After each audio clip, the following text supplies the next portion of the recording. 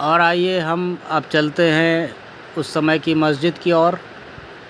ये मस्जिद एक बनी हुई है और इसके बारे में कुछ जानकारी भी है जो बोर्ड पर लिखी हुई है। और मस्जिद काफ़ी जीर्ण हो गई है और लेकिन आज भी अपनी अलौकिक कारीगरी के लिए मशहूर है। ये लखोरी ईंटों से किनारे की बाउंड्री बनाई गई है। बड़ा ही सुंदर यहाँ का वातावरण है। और ये देखिए दोस्तों, एक पेड़ पर एक मोर बैठा हुआ है, बहुत सुंदर लग रहा है। तो आगे बढ़ते हैं, देखते हैं कि मस्जिद में और क्या क्या चीज़ें हैं देखने लायक। तो मस्जिद में किनारे किनारे एक अलग ही नक्काशी उस ज़माने की गई है।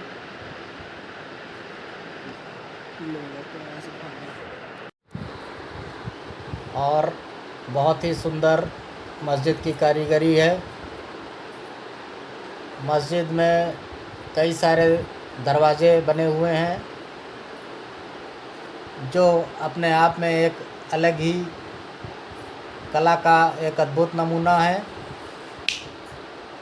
और अंदर देखते हैं कैसे।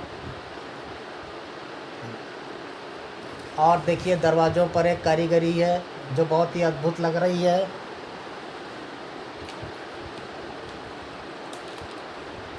दोस्तों, देखने में यह बहुत ही खूबसूरत कलाकारी की गई है।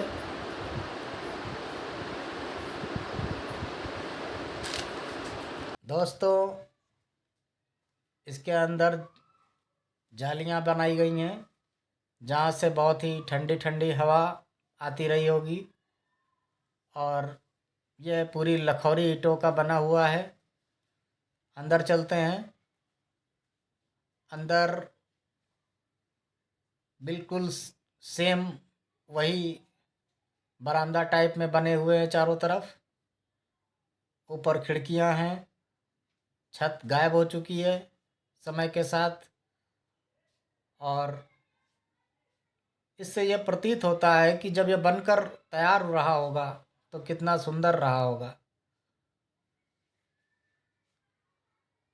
हमने इसके कई भागों को दिखाया। और ये देखिए, कई जगहों पर अब गोल छत विछत हो रहा है। कई जगहों पर दीवारें जर्जर हो गई हैं।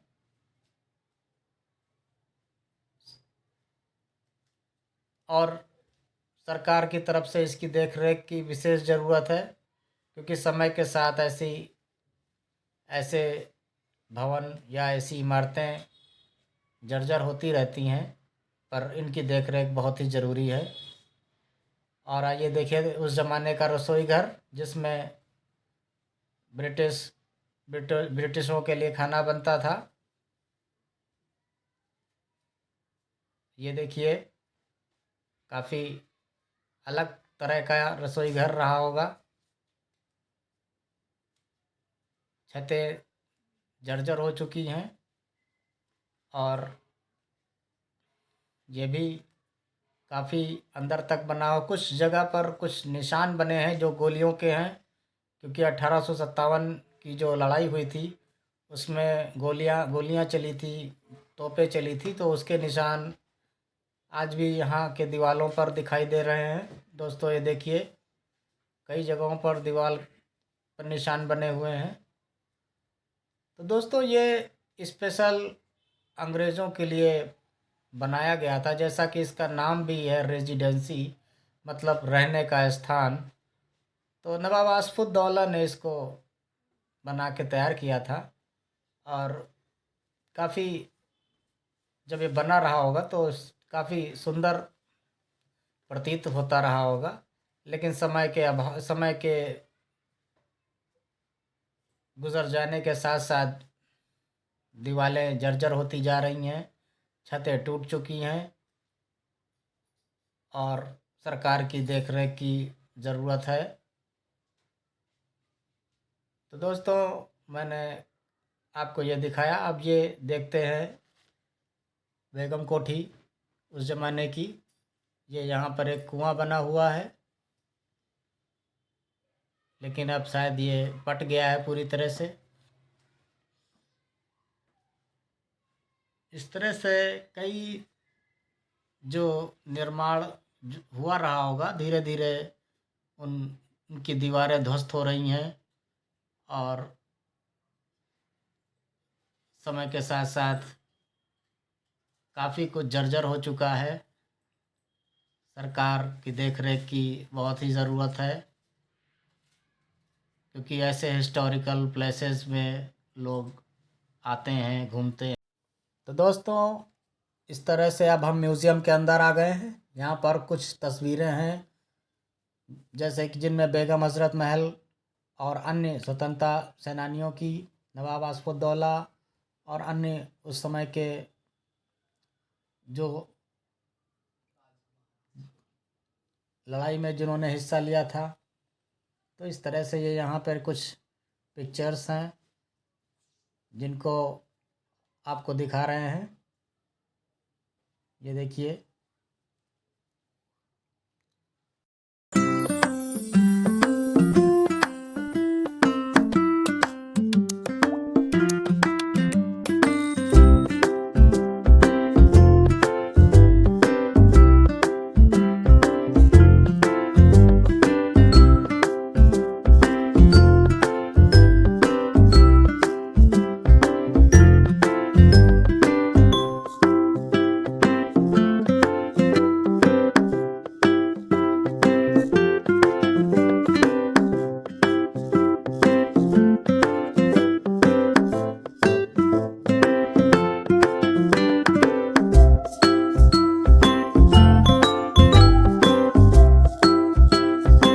दोस्तों, अब हम आ गए हैं कब्रिस्तान की तरफ, जो उस समय 1857 की जो लड़ाई यहाँ पर हुई थी, उसमें जो लोग मारे गए थे, उनकी यहाँ पर 100 आदमी दफन है। ये बहुत बड़ा कब्रिस्तान है। इसमें काफ़ी संख्या में अंग्रेज़ अफ़सर, उनके बच्चे, पत्नियाँ या जो भी लोग मारे गए थे, वो सब यहाँ पे दफन हैं। उनकी कब्रें बनी हुई हैं। काफ़ी बड़ा कब्रिस्तान है और यहाँ पर काफ़ी हॉन्टेड भी ये जगह मानी जाती है, क्योंकि रात में यहाँ कोई इधर आता नहीं है। लोगों का मानना है देर रात यहाँ से अजीब अजीब सी आवाज़ें आती हैं, और काफ़ी संख्या में जैसे रोने की आवाज़, लड़ाई करने की आवाज़, मतलब अजीब सी आवाज़ें आती हैं, जिससे रात में इधर की तरफ कोई आता नहीं है।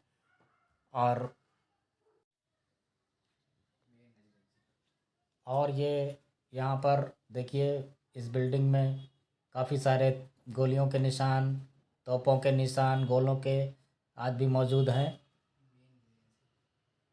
और ये काफ़ी संख्या में यहाँ पे गोलों के निशान, तोप के, जो आज भी दिखाई देते हैं। इससे 1857 की जो लड़ाई हुई थी उसकी याद आ जाती है। तोपें देखिए उस समय की खड़ी हुई हैं। ये देखिए मेन रेजिडेंसी। और इसको बनाने का पर्पज़ यही था कि यहाँ पर अंग्रेज़ अधिकारी और उनके परिवार के लोग रह सकें। ये देखिए गोलियों के निशान काफ़ी बड़ी मात्रा में। एक ये यहाँ पर स्मारक स्थल बना हुआ है। काफ़ी सुंदरता के लिए सरकार ने खासे उपाय किए हैं। देखिए गोलियों के निशान। ये पूरी बिल्डिंग जो इधर का ये हिस्सा है, ये लखोरी ईंटों का बना हुआ। कुछ जगह पर दीवारें जर्जर होती दिखाई दे रही हैं। ये देखिए, बड़ा ही उस समय के हिसाब से बड़ा सुंदर रहा होगा। काफ़ी बड़े एरिया में ये रेजिडेंसी बनाई गई थी।